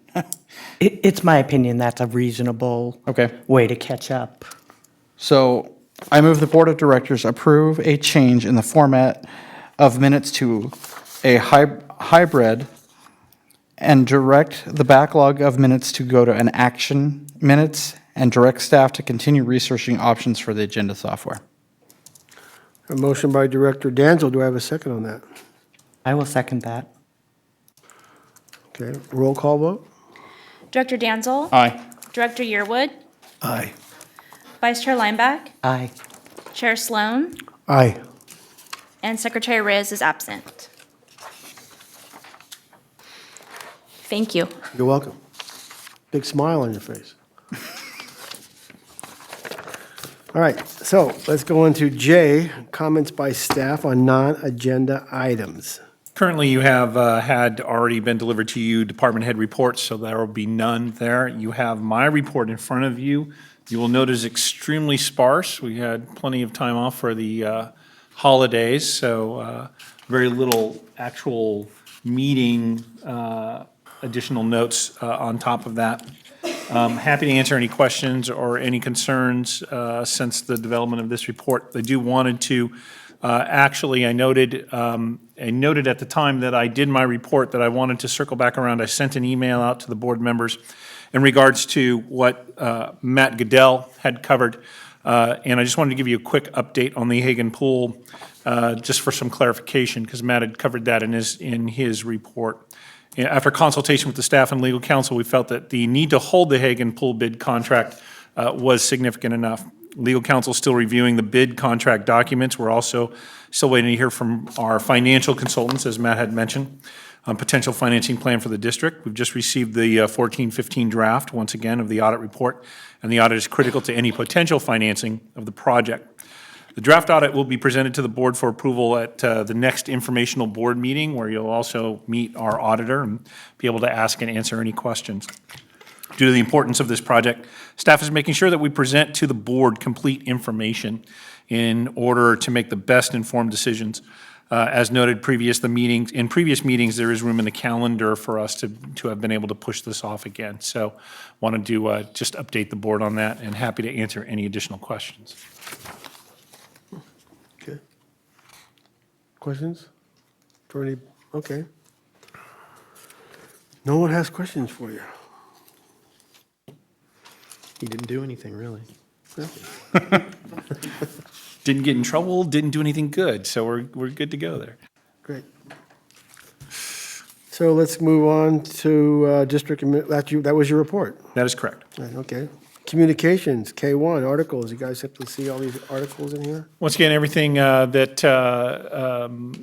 Vivian had covered, also in addition to just items printed in your list of articles, correspondence, and public outreach. You have 5 articles, 2 letters, the termination of the Mill Station lease, the graphic design work pieces, and 1 newsletter. Great. Chair Sloan, I just wanted to note for the record that an article from the Grapevine regarding the pool was distributed to the board this evening. It talks about the White House. All right, thank you. So with that, where are we now? Item L, we have future agenda items and calendar of events. Once again, you have your Tuesday informational board meeting of next week of January 26th. Topics, the meat of the topics, as well as the audit towards the end, is really coming back around on the mission and vision statements that we started, I do believe in, how far back did we go? October, correct? August, September, October. So we're trying to wrap that project up and bring it back to the board so that it can be launched in concert with the webpage as well.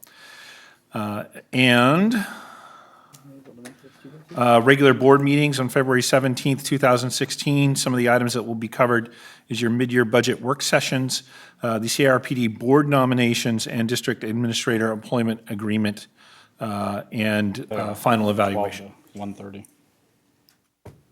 Okay. Chair Sloan? Yes. If it's the board pleasure, I would like to mention on item L1, I have had a request to have a discussion regarding changing the times of those informational meetings. And to what time would that be? Don't know. It's 8:30 now, is that the hour? Correct, that's the time they're scheduled for now, it's 8:30 a.m. Hopefully later, not earlier. No, later, like after normal work hours, like 5:30 or later. Oh, in the evening. Yeah, that was my request. It's very difficult for me to make to these 9 o'clock morning meetings. And for me, it's going to be tough to make an evening meeting through May, so, other than regular standing meetings. But I'm one of 5, so. That's a good question then. Would, how about a lunch time? Would that be better for you? How about Sunday? Just kidding. Sunday? I'm totally kidding about that. No, I mean, how about, like, if you were taking an hour off for lunch? The afternoon lunchtime would be, yeah, I do have an hour lunch, and like I said, I'm just across the street, and I do have flexibility to Does that work with come in anybody- earlier, with, come in the later, other- kind of thing. Does that work with you?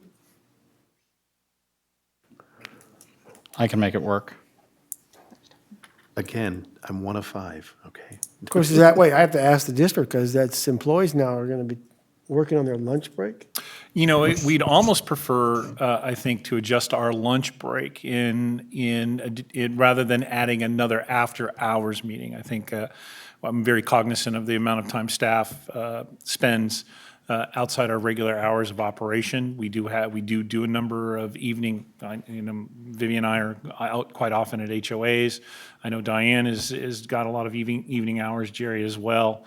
Occasionally even Laura. So I'm pretty cognizant about trying to make sure that we restrict that just a little bit. I think the staff would be happy to try. You know, it's once a month, so to adjust our lunch schedules once a month really isn't a lot to ask of us. So I think that we could certainly try that and see how it would work and then adjust accordingly. Okay. And I think pastrami or turkey or cold cuts would be kind of a... So Chair Sloan, are we looking at noon to 1, or are we looking at 11:30 to 12:30? When's your lunch break, Mike? I have flexibility. I usually go 12:30 to 1:30, but I can adjust that. I just prefer to go later in the day, so when I get back from lunch, there's less time before I have to leave. So that's just a preference. That's just a personal thing. So, but I have flexibility. It's just hard in the morning because I have to get to work and get things situated and make sure things are doing what they're supposed to be doing. It's really difficult. So... But maybe we try it, and if it works out, like, again, I'm one of 5. Don't do it just because I want to Do you do it. want to do 12 to 1:30? Is that possible? You can get an extra half hour if we need it? Yeah, I have the ability to work a little bit later or come in a little earlier. Does that work? It works for us. I think you want to 12 tell the o'clock. rest of the board. 12 o'clock will work for me. Good. Do we need a- do we Real need a quick vote? comment, this isn't going to affect this month's meeting, correct? Right, this one is still going to be at 8:30 because we have the auditor scheduled. Right. Finance guys. flipping Sorry. out, Go, no, no. Yeah. Oh, the auditor's going Yes. So does that mean you're not going to be here, Mike? Yeah, you can walk across the street and cough, right? All right, great. Thanks. So, let's see, regular board meetings, February 17th. What are we doing there? That's our next board meeting? We've already covered, yeah, I think we circled back around on one item, but Oh, we did? we've covered the potential topics for February 17th. All right, so then we're heading for a closed session then, all right? Is that Correct. correct? So I adjourn and give you a time when we're adjourning for closed session? Administrator Rodems should read the item first. Okay, good idea. Thank you. We have sorry, I already folded my page for some reason. Item M is closed session. Item M1 is public employee performance evaluation pursuant to California Government Code, Section 54957, titled District Administrator.